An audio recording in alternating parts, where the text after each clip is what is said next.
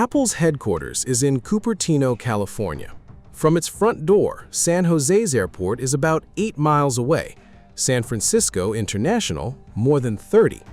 Nvidia, as of 2024, the most valuable company on Earth, sits in Santa Clara, 6 miles from San Jose. Google's in Mountain View. Cisco, Adobe, eBay, PayPal, all of them right there in San Jose itself. Even looking at Santa Clara County alone, you're talking about a $506 billion economy. The companies inside it are worth over $14 trillion combined, and almost none of their international flights leave from their own airport. Here's what I mean. In 2025, San Francisco International handled 54.5 million passengers, nearly 16 of them international. San Jose handled 10.6 million and fell 9.9%, lost more than 1 million passengers in a single year. So the richest concentration of corporate travel demand in human history has an airport that's shrinking. But stay with me, because that contraction might be the most valuable thing San Jose has right now. San Francisco is running out of room, and the only airport in the Bay Area with space left is the one everybody stopped using. Start with the geography, because the geography is genuinely absurd. San Jose's airport sits about 3 miles from downtown, right at the intersection of Highway 101, Interstate 880, and State Route 87. You can be sitting at your gate faster than most people in San Francisco can find a parking space at SFO. 2 parallel runways, 11,000 feet each, 36 gates today, with an approved plan to get to 42. And in 2024, best on-time departure performance of any airport in California. Cirium ranked it 6th in the world among medium-sized airports. No fog problem, no endless construction, and it sits directly on top of a customer base that flies constantly and pays premium fares. By every metric an airline network planner would put on a whiteboard, San Jose should be one of the most valuable airports in the United States. So here's the number that explains why it isn't. 15.65 million. That's what San Jose handled in 2019, an all-time record, the peak of one of the fastest growth runs of any major American airport since 2012. 6 years later, 10.67 million. That's a nearly 32% decline, the weakest recovery of any major California airport. That's not a slowdown, that's a decade of growth going backwards. And to understand why, you have to understand what Silicon Valley actually pulled off before it fell apart. January 11th, 2013, an all-Nippon Airways Boeing 787 pushes back from San Jose, bound for Tokyo. First non-stop flight in history between Silicon Valley and Asia. 5 days later, the entire global 787 fleet gets grounded, battery fires. The route doesn't fly again until June, but the point had been made. A supposedly second-tier airport 40 miles from one of America's great international gateways had just landed a Japanese flag carrier. And it wasn't luck. The city of San Jose hired an aviation route development firm in October 2014 and went hunting. 4 months later, February 17, 2015, they announced Hainan Airlines would fly non-stop from Beijing, first ever direct link between mainland China and Silicon Valley. From hiring the consultant to announcing the route, about 100 days. Then came the big one. May 4, 2016, British Airways lands a Boeing 787-9 at San Jose from London Heathrow. 4 cabins, 8 first-class seats, 42 business class. That's 50 premium seats on a single aircraft, aimed squarely at tech executives. The airline's North America chief called it bringing, quote, our most technically advanced aircraft to the tech center of the world. And at the ceremony, with Beatles music actually playing as the plane pulled up, San Jose's mayor said this: Not since the Beatles landed on the Ed Sullivan Show has a British invasion had a bigger impact on the United States of America. For a few years, Silicon Valley had it all: Tokyo, Beijing, London, nonstop, from its own airport, bypassing San Francisco completely. And then, it evaporated. COVID killed ANA and Hainan in 2020.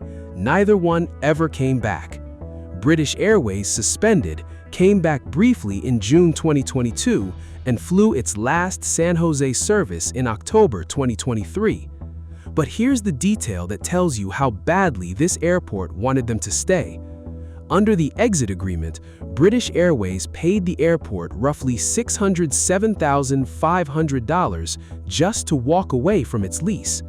And the airport turned around and offered to credit back about half of it, $303,700, if BA would just come back within 2 years. That deadline has passed. BA moved everything to San Francisco and never looked back. So the question is, why did routes that worked for years suddenly stop working? 3 reasons, and they stack on top of each other. First, those routes ran on premium demand, and premium demand is thin. British Airways San Jose aircraft had 50 premium seats out of 216. That only works if executives are paying business class fares every single week, reliably. Then, corporate travel policies tightened after 2020. Remote work made half those trips optional.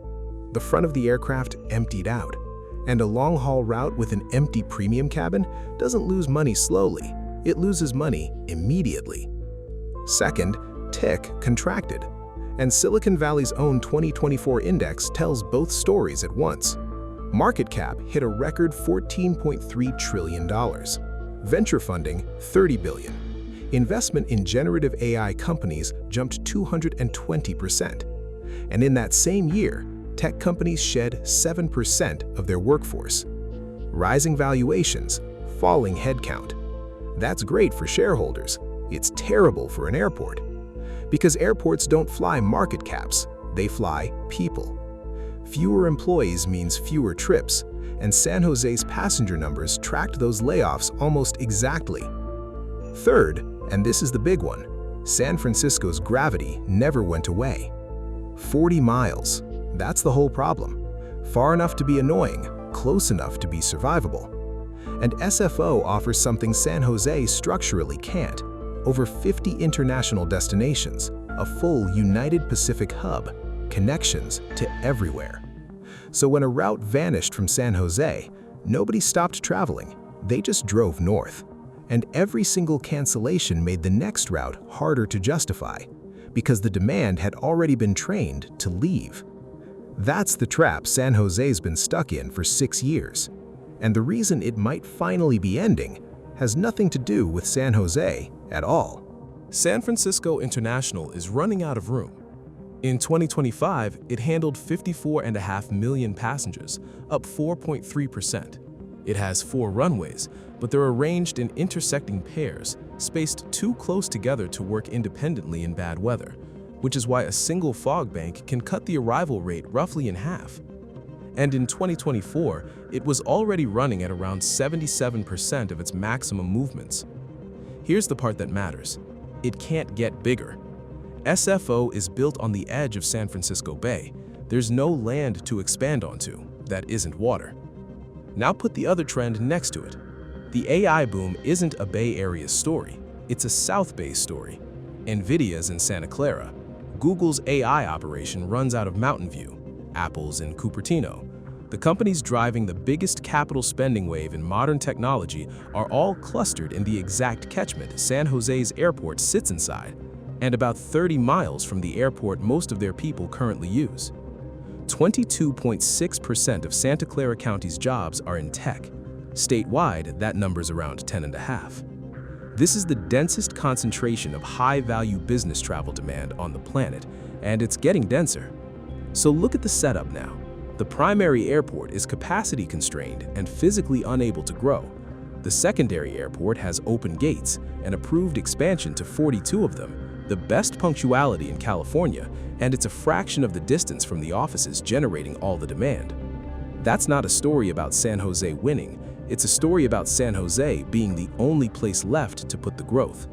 And there's one live signal worth watching. December 2022, a Japanese low-cost carrier called Zip Air, a Japan Airlines subsidiary, launches San Jose to Tokyo Narita. 3 flights a week. It's grown to as many as daily in peak season. Now here's why that matters. Zip Air picked San Jose as its first Northern California gateway. It added San Francisco afterward.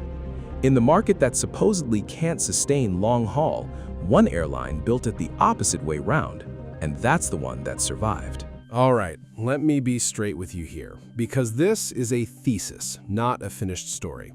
San Jose is not currently winning. Traffic fell almost 10% last year. The flagship international routes are gone, and not one of them has come back. Its own master plan doesn't expect it to pass 16 million passengers until 2037, which would be barely above where it already was in 2019.